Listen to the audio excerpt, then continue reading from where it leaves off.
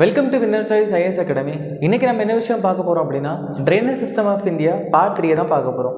அதாவது இந்தியாவுடைய வடிகால் அமைப்பு 3ஆம் பாகத்தை பார்க்க போகிறோம். இதுக்கு முன்னாடி 2 பார்ட் நமக்கு எடுத்து முடிச்சாச்சு. ஸோ அதை பார்க்காதவங்க அதை பார்த்துட்டு இங்கே வாங்க, உங்களுக்கு கிளியராக அண்டர்ஸ்டாண்ட் ஆகும். சரி, இந்த ட்ரைனேஜ் சிஸ்டம் ஆஃப் இந்தியாவில் இன்றைக்கி நம்ம பார்க்க போகிற டாபிக் பெனின்சுலா ட்ரைனேஜ் சிஸ்டம், அதாவது தீபகற்ப வடிகால் அமைப்பு. தென்னிந்தியாவில் இருக்கக்கூடிய நதிகளை தான் நம்ம இன்னைக்கு பார்க்க போனோம். ஸோ தென்னிந்தியாவை எடுத்தாலே அதை 2 விதமாக பிரிக்கலாம். அதாவது அந்த நதியுடைய போக்கின் பொறுத்து அதை 2 விதமாக பிரிக்கலாம். ஃபார் எக்ஸாம்பிள், இது நம்ம இந்தியாவுடைய தென்பகுதின்னு வச்சுக்கலாமே. இதில் கிழக்கு நோக்கி பாயும் நதிகள், மேற்கு நோக்கி பாயும் நதிகள் அப்படின்னு 2 விதமாக பிரிக்கலாம். அதாவது east flowing river, west flowing ரிவர்னு 2ஆக பிரிக்கலாம். இதில் இப்போ நம்ம என்ன பார்க்க போகிறோம் அப்படின்னா, ஈஸ்ட் ஃப்ளோயிங் ரிவர், அதாவது கிழக்கு நோக்கி பாயும் நதிகளை பார்க்க போகிறோம். அதாவது பொதுவாகவே ஒரு நதி மகாராஷ்டிராலேயோ ஒடிசாலேயோ ஜார்க்கண்டில் உருவாச்சுன்னா அது இங்கேருந்து இந்த பங்களாதேஷ் நோக்கி பாயும் இல்லையா, இந்த பே ஆஃப் பெங்காலில். ஸோ அந்த நதி என்ன சொல்லுவோம்னா கிழக்கு நோக்கி பாயும் நதிகள் அப்படின்னு சொல்லுவோம். அதில் ஃபர்ஸ்ட் நம்ம பார்க்க போகிறது மகாநதி. ஸோ இந்தியாவில் மிக முக்கியமான ஒரு நதி மகாநதி அப்படின்னு சொல்லலாம். இந்த மகாநதி எங்கே போய் சேருது அப்படின்னா, ஒடிசா வழியாக எங்கே போய் சேருது, பே ஆஃப் பெங்காலில் போய் சேருது. இந்த மகாநதி அப்படிங்கிற நதி ஒடிசா வழியாக இந்த பே ஆஃப் பெங்காலில் போய் சேருது. இந்த மகாநதி எங்கே உருவாகுதுன்னு கேட்டோம்னா, சத்தீஸ்கர் மாநிலத்தில் உருவாகுது. சத்தீஸ்கர் மாநிலத்தில் உருவாகக்கூடிய நதி தான் மகாநதி. இந்த நதியுடைய மொத்த நீளம் 851 கிலோமீட்டர், 851 கிலோமீட்டர். ரைட்டா? கோதாவரி. ஸோ தென்னிந்தியாவிலே மிகப்பெரிய நதி எதுன்னு கேட்டால் அது இந்த கோதாவரி தான் சொல்லுவாங்க. அதாவது லார்ஜஸ்ட் பெனின்சுலா ரிவர் சிஸ்டம் அப்படின்னா ஒன்றும் இல்லை, இந்தியாவுடைய தென்பகுதியில் இருக்கக்கூடிய மிக நீளமான நதி கோதாவரின்னு சொல்லுவோம். இந்த நதி எங்கே உருவாகுதுன்னு கேட்டால் மகாராஷ்டிராவில் நாசிக் அப்படிங்கிற இடத்துல உருவாகுது. எங்கே உருவாகுது? மகாராஷ்டிராவில் நாசிக் அப்படிங்கிற பகுதியில் உருவாகுது. இந்த நதியுடைய மொத்த நீளம் 1465 கிலோமீட்டர், 1465 கிலோமீட்டர். இந்த கோதாவரி 7 ஸ்டேட்ஸில் அப்புறம் ஒரு யூனியன் பிரதேசத்துலையும் பாயுது. அதாவது இந்த கோதாவரி நதி மகாராஷ்டிராவில் உருவாகி 6 மாநிலத்துக்கும் அப்புறம் ஒரு யூனியன் பிரதேசத்துக்கும் கிராஸ் பண்ணி எங்கே போய் சேருது, பே ஆஃப் பெங்காலில் போய் சேருது. இந்த நதி வந்துட்டு ஸ்ட்ரெயிட்டாக உருவாகி மகாராஷ்டிராவில் உருவாகி ஆந்திர பிரதேஷில் ராஜாமுந்திரி அப்படிங்கிற இடத்துக்கு வரும். சிம்பிளாக சொல்கிறேன், கோதாவரி நதி மகாராஷ்டிராவில் உருவாகி ராஜாமுந்திரி, இது ஆந்திர பிரதேஷில் இருக்க இந்த பகுதி, அங்கே வந்த உடனேயே இந்த நதி 2ஆக பிரியுது. எப்படி பிரியுது? 2ஆக பிரியுது. ஒரு நதியோட பேர் வசிஷ்டா, இன்னொரு நதியோட பேர் கௌதமி. இப்படி 2ஆக பிரிஞ்சதுக்கு அப்புறம் தான் அது பே ஆஃப் பெங்காலில் போய் சேருது. இந்த நதியிலுடைய முக்கியமான துணை ஆறுகள் மஞ்சுரா, பிராணகித்தா, கொல்லீரு. ரொம்ப சிம்பிளாக சொல்கிறேன், இது துணையாறுகள் மட்டும் இல்லாமல் இந்த கோதாவரி நதியுடைய மிக பெரிய மிக அகலமான துணையாறு மஞ்சுரான்னு சொல்லுவாங்க. இந்த கோதாவரி நதியுடைய மிக நீளமான துணையாறு பிராணகித்தான்னு சொல்லுவாங்க. ரொம்ப சிம்பிளாக சொல்கிறேன், கோதாவரி நதியுடைய மிக அகலமான துணையாறு எதுன்னு கேட்டால் அது மாஞ்சுரா. கோதாவரி நதியுடைய மிக நீளமான துணையாறு எதுன்னு கேட்டால் அது பிராணகித்தா. கொல்லூர் அப்படிங்கிறது ஒரு ஏரி. அந்த ஏரி கோதாவரி நதி கொடுக்கல தண்ணியில் தான் அது உருவாகுதுன்னு சொல்லுவாங்க, கொல்லூர். அடுத்தது கிருஷ்ண நதி. இந்தியாவில் ஒரு மிக முக்கியமான நதி, 2வது பெரிய நதின்னு சொல்லலாம் கிருஷ்ண நதி. அதாவது கோதாவரி நதிக்கு அப்புறம் தென்னிந்தியாவில் மிக நீளமான நதின்னு கேட்டால் அது கிருஷ்ண நதி சொல்லுவாங்க. இந்த கிருஷ்ண நதி மகாராஷ்டிராவில் உருவாகுது. இந்த கிருஷ்ண நதியுடைய மொத்த நீளம் 1400 கிலோமீட்டர். இந்த கிருஷ்ண நதியில் இருக்கக்கூடிய மிக முக்கியமான துணையாறுகள் பீமா, பெத்தவாகு, கொய்னா, துங்கபத்ரா. இந்த துங்கபத்ரா நதி கர்நாடகா மாநிலத்தில் அமைஞ்சிருக்கு. அடுத்து பார்க்க போகிறது காவேரி.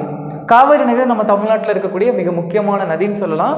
ஸோ காவேரிக்கும் பொதுவாகவே காவேரி வாட்டர் டிஸ்பியூட் ட்ரிபுனல் அப்படின்னு சொல்லுவாங்க. ஒன்றும் இல்லை, இந்த காவேரி நதிக்கு கர்நாடகா ஸ்டேட்டும் நம்ம தமிழ்நாடு ஸ்டேட்டும் பயங்கரமாக சண்டை பண்ணிட்டு இருக்காங்க.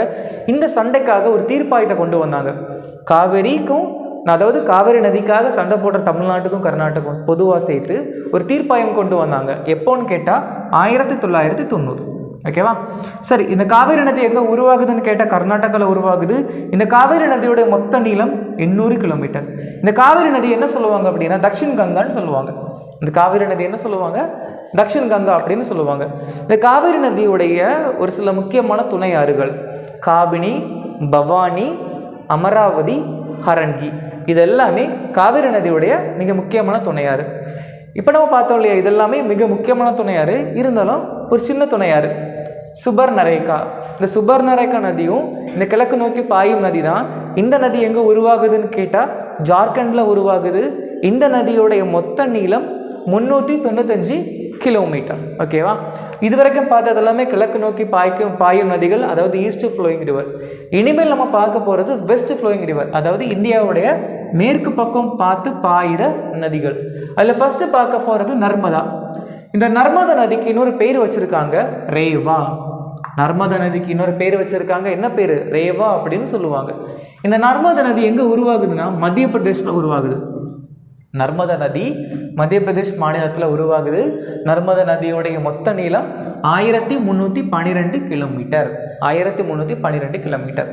மேற்கு நோக்கி பாயிற நதிகள்லேயே மிக நீளமான நதி எதுன்னு கேட்டால் அது இந்த நர்மதா நதி தான் சொல்லுவாங்க.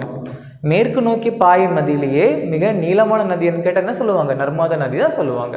இந்த நர்மதா நதியில் இருக்கக்கூடிய ஒரு சில முக்கியமான டேம், அணைகள் மகேஸ்வர் மற்றும் இந்திரா காந்தி சாகர் டேம். இந்த 2 டேமுமே நர்மதா நதி கொடுக்குற தண்ணியில் தான் ஃபில் ஆகுது. அடுத்தது தப்தி. தப்தி நதி எங்கே உருவாகுதுன்னு கேட்டால் மத்திய பிரதேசில் உருவாகுது. அப்புறம் குஜராத் மாநிலம் வழியாக எங்கே போய் சேருது? இந்த பக்கம் அது எங்கே? அரபிக்கடலில் போய் சேருது. தப்தி நதி மத்திய பிரதேசில் உருவாகுது. அது உருவாகி குஜராத்தில் எங்கே போய் சேருது? அரபிக் பெருங்கடலில் போய் சேரும். சரியா? இந்த தப்தி நதியோட மொத்த நீளம் 724 கிலோமீட்டர். மொத்த சதுர பரப்பளவு 65,145 ஸ்கொயர் கிலோமீட்டர். இந்த தப்தி நதி மட்டும்தான், அதாவது தென்னிந்தியாவில் பாயக்கூடிய நதியிலேயே இந்த தப்தி நதி அப்புறம் நர்மதா, தப்தி மற்றும் நர்மதா இந்த நதிகள் எல்லாமே கிழக்கு பக்கத்துலேருந்து மேற்கு பக்கம் நோக்கி பாயுன்னு சொல்லுவாங்க. அதாவது தப்தி நதி, நர்மதா நதி இருக்கு இல்லையா, இந்த நதிகள் எல்லாமே பொதுவாக தென்னிந்தியாவில் எடுத்துக்கிட்டோம் அப்படின்னாலே கிழக்குல இருந்து மேற்கு நோக்கி பாயும் நதிகள் அப்படின்னு சொல்லுவாங்க. இந்த தப்தி நதியில் இருக்கக்கூடிய மிக முக்கியமான துணையாறுகள் இல்லை டேம்னு சொல்லலாம். உக்காய் டேம், கிர்னா டேம், கத்ராப்பர் டேம். இந்த 3 டேமுமே தப்தி நதி கொடுக்குற தண்ணியில் தான் உருவாகுதுன்னு சொல்லுவாங்க. அடுத்து மாகி. மாகி நதி மத்திய பிரதேசில் உருவாகுது. இந்த மாகி நதியோடைய மொத்த நீளம் 583 கிலோமீட்டர். இந்த மாகி நதியில் இருக்கக்கூடிய முக்கியமான அணை மாகி பஜாஜ் சாகர் டேம் சொல்லுவாங்க. அப்புறம் கடனா டேம். இந்த 2 டேமுமே மாகி நதி கொடுக்குற தண்ணியில் தான் உருவாகுது. சோம் ரிவர். சோம் ரிவர் ராஜஸ்தானில் உருவாகுது. இந்த நதியோடைய மொத்த நீளம் 155 கிலோமீட்டர். இந்த சோம் நதி இப்போ நம்ம பார்த்தோம் இல்லையா மாகி நதி, இந்த மாகி நதியோடைய ஒரு துணையாறுன்னு சொல்லுவாங்க. அடுத்தது லுனி. லுனி நதிக்கு இன்னொரு பேர் வச்சுருக்காங்க, சாகர் மதின்னு சொல்லுவாங்க. லுனி நதிக்கு இன்னொரு பேர் என்ன? சாகர் மதின்னு சொல்லுவாங்க. இந்த நதியோட மொத்த நீளம் 495 கிலோமீட்டர். இப்போ நம்ம பார்த்தால முக்கியமான நதிகள். இனி பார்க்க போகிறது கொஞ்சம் முக்கியமான நதிகள். ஜென்ரலாக மேற்கு நோக்கி பாயக்கூடிய நதிகள் சபர்மதி, ஷராவதி. ஷராவதி வந்து கர்நாடகாவில் பாயக்கூடிய நதி. இந்த ஷராவதி நதி கொடுக்குற தண்ணியில் தான் ஜோக் ஃபால்ஸ், ஜோக் அப்படிங்கிற அருவி உருவாகுது. அடுத்து மண்டோவி, ஜுவாரி. இந்த 2 நதியுமே கோவா மாநிலத்தில் அமைஞ்சிருக்கு. பாரதப்புழா நதி. இந்த பாரதப்புழா நதிக்கு இன்னொரு பேர் இருக்குது, பொன்னானி. இந்த பாரதப்புழா நதி எங்கே இருக்குன்னு கேட்டால் கேரளாவில் அமைஞ்சிருக்கு. தேங்க்யூ.